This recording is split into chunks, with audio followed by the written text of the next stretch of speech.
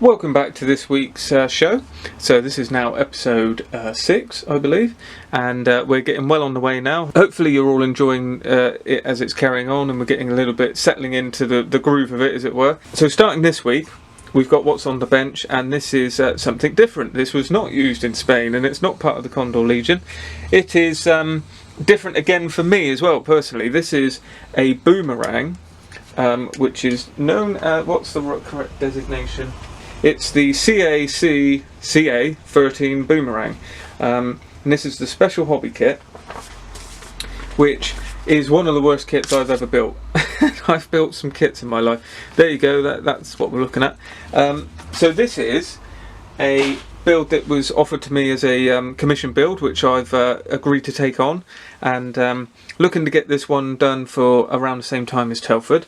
And it's been a little bit of work to get to this stage. I'm just about to paint it now. I'm documenting this for the channel, so not doing a full-on build video, but I'm doing it as a series. So I'm going to start putting them up because I'm starting to get through it now.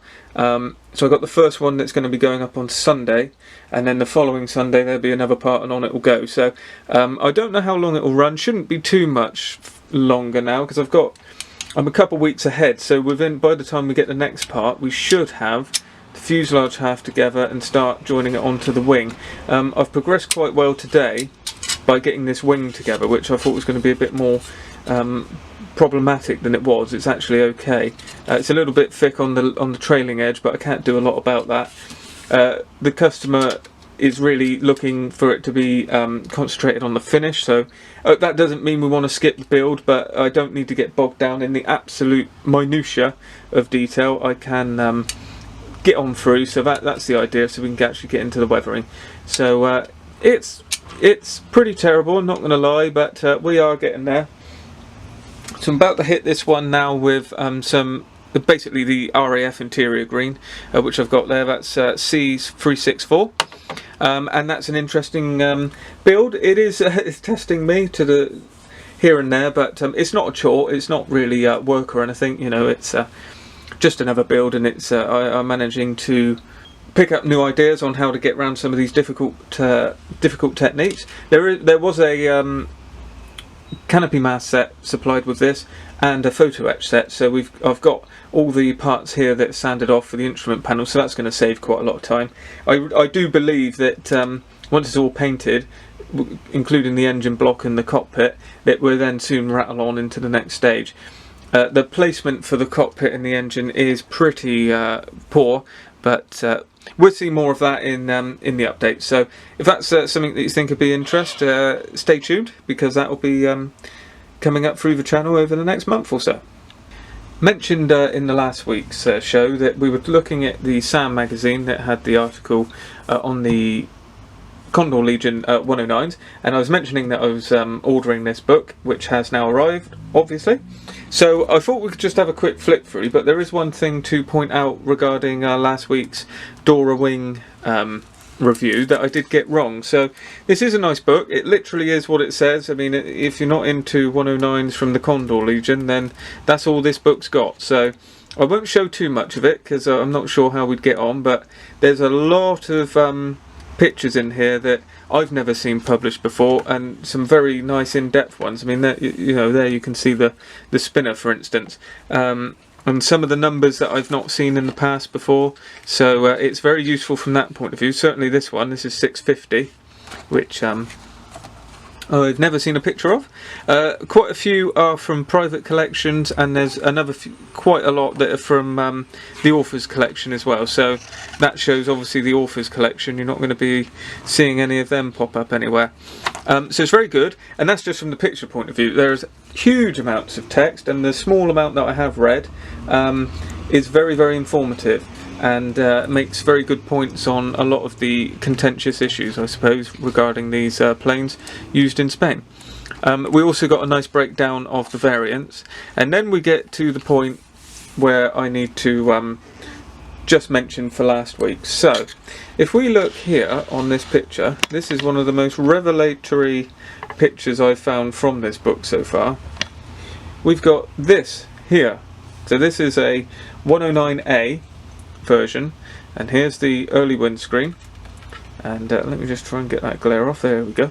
And here we've got part of the gun sight which is forward of the windscreen.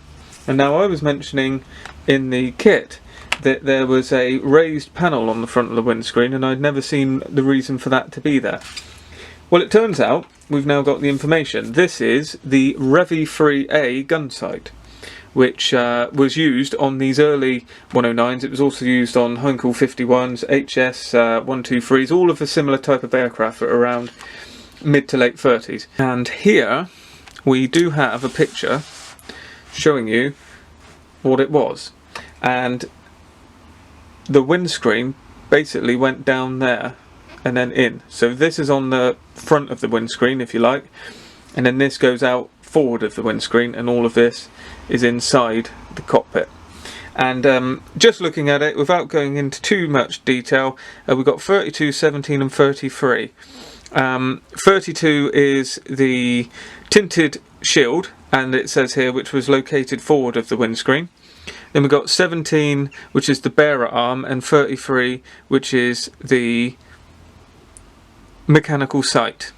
So it's the ring and bead of the mechanical sight, basically like a target with the crosshairs.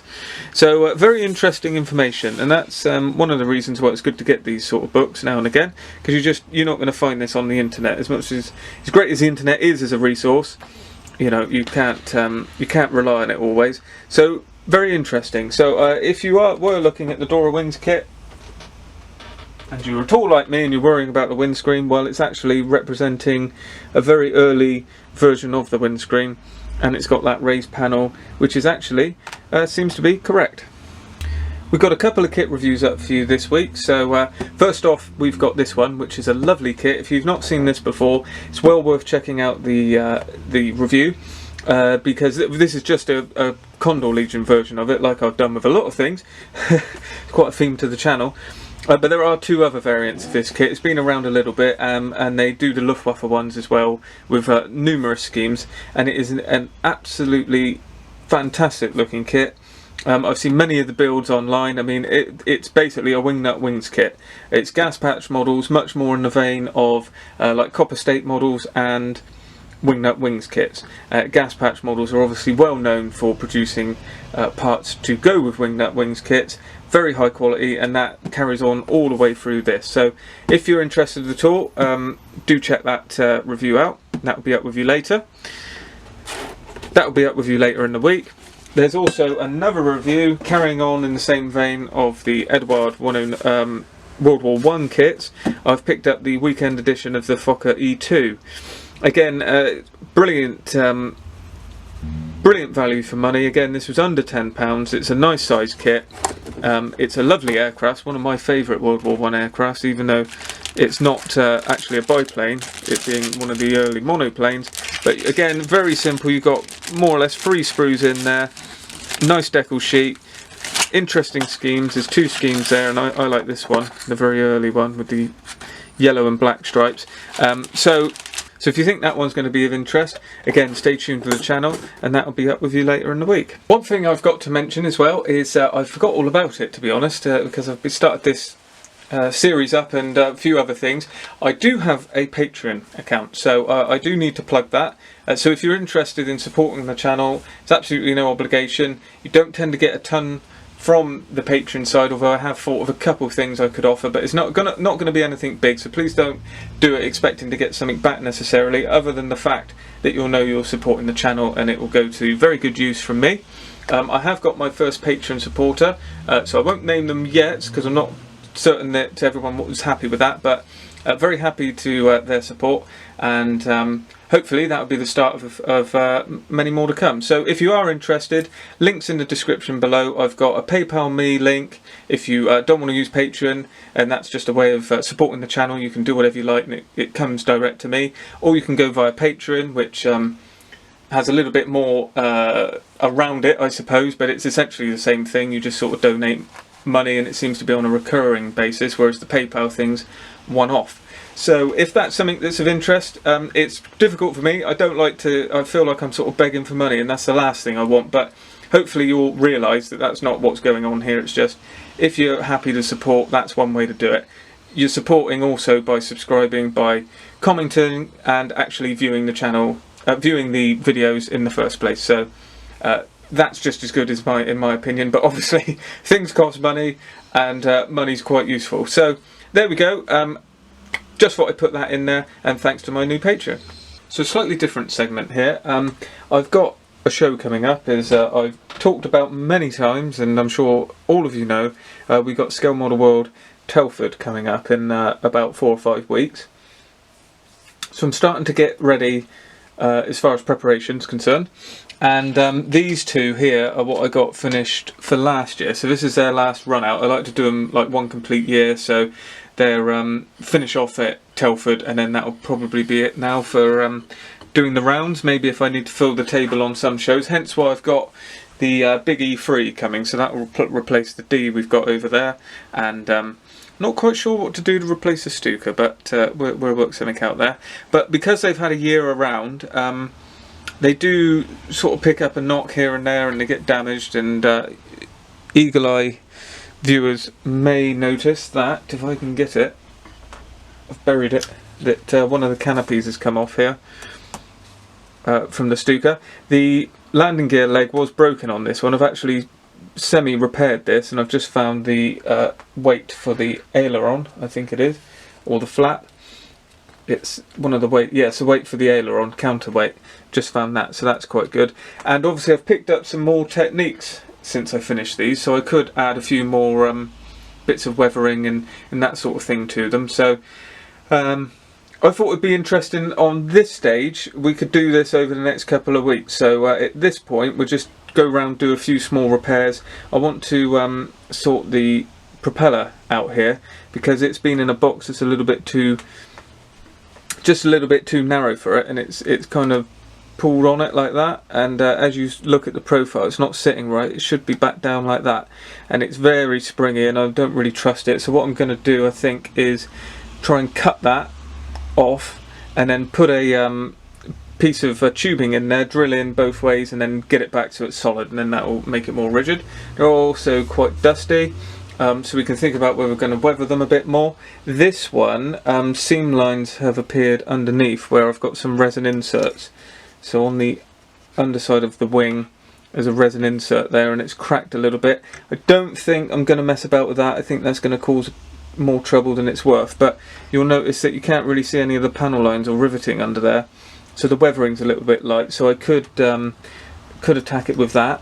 The canopy doesn't really fit, so I may actually, I wanted to have it sorted so that the canopy would sit so you could take it off like this, but for some reason, because we've got a new engine in there, I've gone forward a little bit, and it's certainly not tight. It's a bit of a gap both sides. I'm sort of splitting hairs a little bit, but if I can scratch up the rod that holds it out, I might actually just glue this one open then, and then you won't notice it anymore. And it also encourage people to have a look inside. So that's about it. So first thing, getting dust off of the models. I use an airbrush at quite high pressure. It goes without saying that you need to one, get any delicate parts out the way that you're going to blow around, because after you've found them, you don't want them to blow them all over the place. So just move those out the way, the canopy and the counterweight. But I use the airbrush, and you want to make sure that there's obviously absolutely no liquid, paint, thinner, anything like that. And you want to make sure it's coming out completely dry. I even pull back the trigger just in case there's anything trapped in the barrel. Keep pulling it like that. There was something, it just whistled, so something obviously just hit in there. There's a little bit of fluffs come out of there actually. So there we go, we've got a large needle, so it's chucking out loads of air, so I just go right in and just blow out all the way around. This is blowing out all the dust in the panel lines, in all the crevices, and it's really the safest way. And you can go up pressure. I just caught a load there as well off of the wing. And there's a few other small little debris that's gone there. So we're looking alright. I've also, I was a bit heavy on the mask, well not on the mask, the spraying into the mask I suppose. So I've got this ridge that I had on the 109 that I did, that was Prillas with the yellow nose. Now I actually got rid of that with quite a heavy matte coat, so I might go over again. I don't know how much pigment I used on this, that's the only problem, because it can change the pigment, but I could go around here and there, putting some sort of much flatter spots, just to try and work that back. Depends how you go. You obviously don't want to ruin it, and you don't want to be too much of a perfectionist with all this, but get into the cockpit there, blow all that around. You can see quite a lot of dust coming out. So you get the picture. That's one thing that's quite good. And then for repairs, unless it's an obvious piece of plastic, so where we're dealing with the canopy, so if a wing fell off, for instance, then you would probably want to reattach that with plastic glue. It's such a lump, this Stuka. Lovely model, this.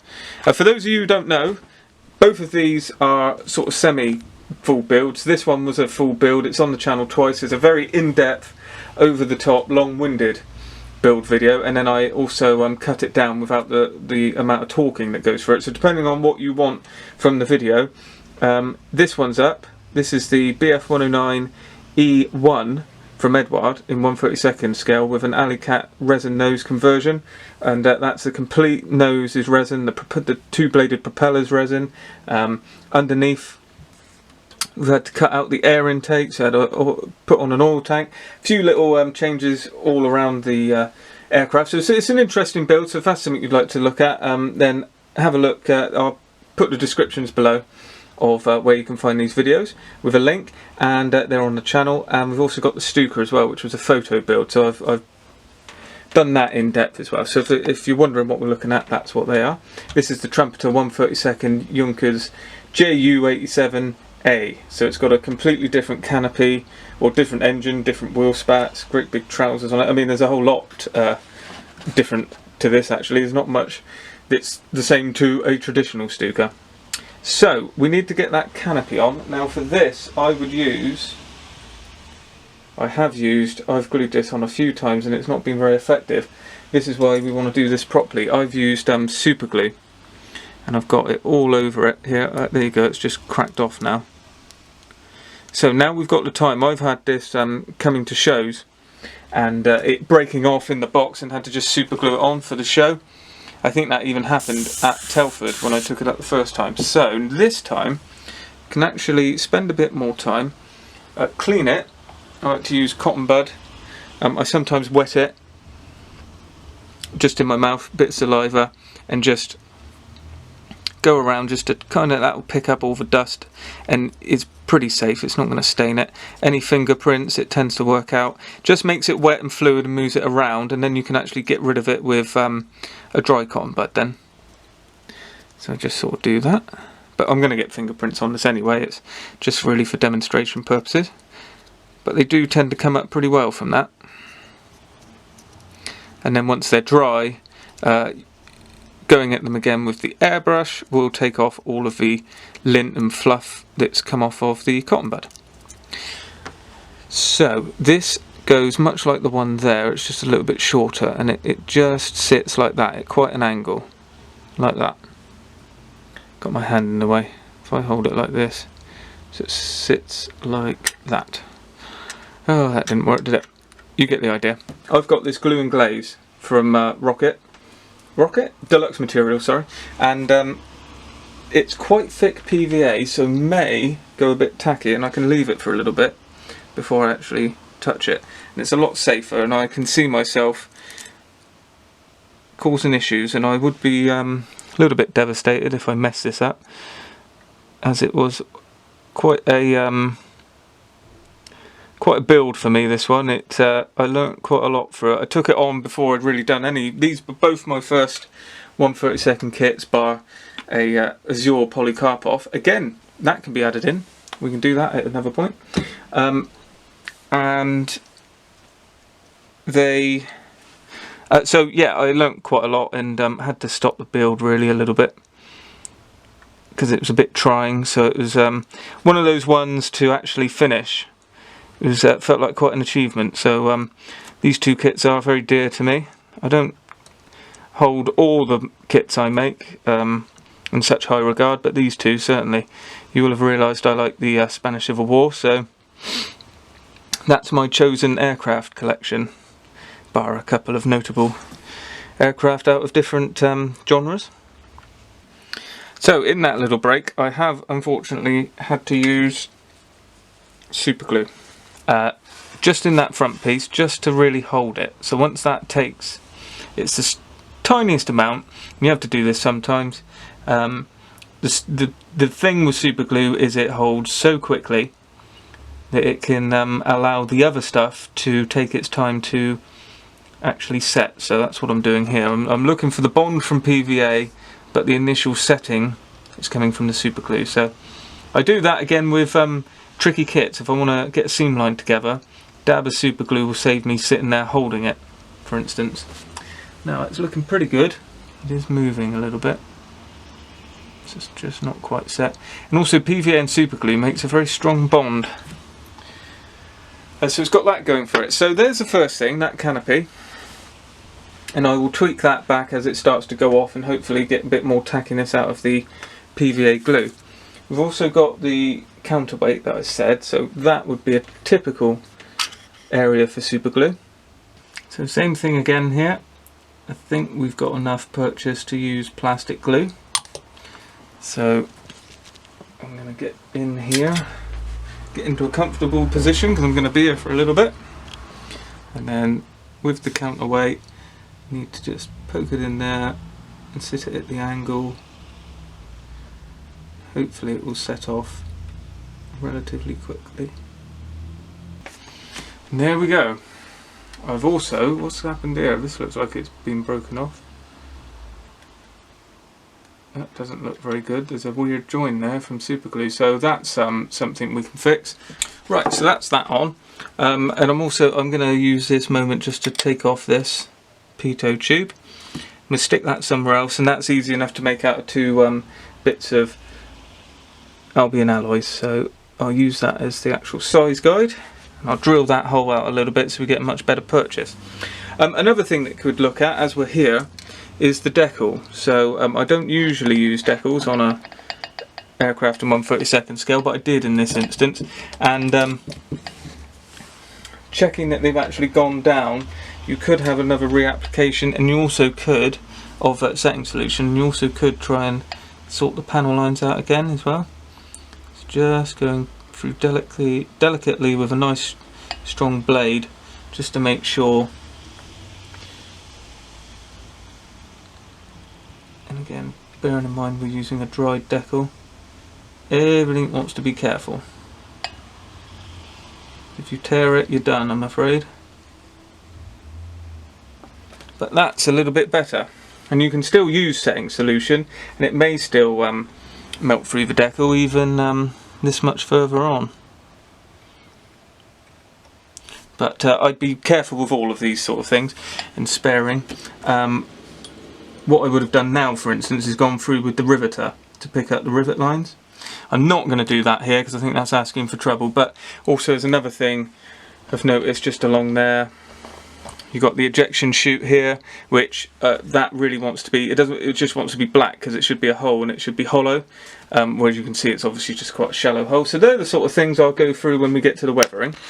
Another thing I want to address on this one is the prop decals, because they are the Hamilton standard decals, and I didn't know at the time that that's not what they were, and I haven't actually seen until I got this Edward boxing that they're meant to be this, that blue one there, here. So you would like to think at this point I've chosen the Edward one that doesn't have that on the props, but unfortunately I've chosen to do the one that does have those on the props. So that's a bit of a pain. So I think I'd rather have them off than anything else. Now, if anyone's watching and they're not using those decals, nor do they want them, I'd be happy to receive them, but I'm not expecting that because they're quite difficult to get hold of, so I would imagine most people would want to keep hold of them. But I will think of something and may add them on at another time, but certainly for this, these want to come off because they've bothered me through the whole build. They are quite inaccurate, so a little bit of tape on those should just have those off. I'm using washi tape here, which is very sticky, but it doesn't. I've never had it pull off paint before, so there's famous last words. So let's see what this does. Just pull it gently. Well, that's a good decal test, isn't it? Actually rub that in a little bit more onto the decal, using my nail there, just to hopefully bite it in a bit. I'm hoping. Well, look at that. Right, okay, so we'll use a slightly stickier tape. So this is the kind of Tamiya tape that I'm using here. And I have had this pool paint before, so let's just go for it, I guess. Let's rub it on, get it on all very nice. And let's see what happens.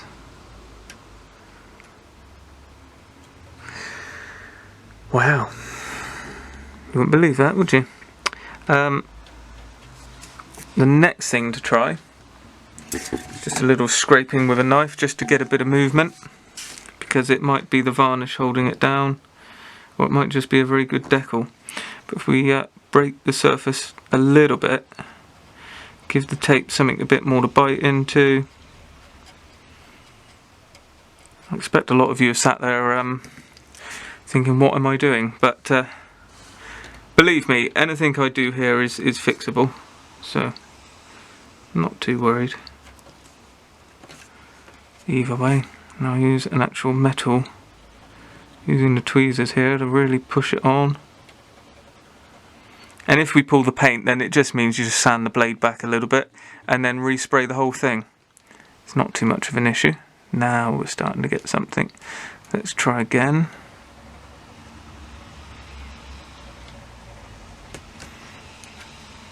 There we go. Let's try another bit. We will get there. It'll all come off eventually. So far we haven't lifted the paint with the decal.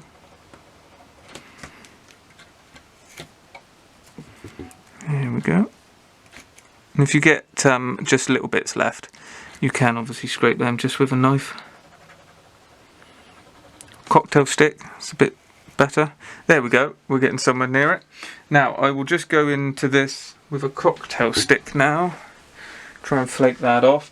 We do have a slight oval there, so it would be nice to add another decal on, but I think we might be alright. So just scraping. I think once we actually put a matte coat back on there, we'll never know it was an issue. So I think this is a good example for using the 7000 grit Infinity stick. So let's just see what that does. That should just hopefully buff it and take the layers off.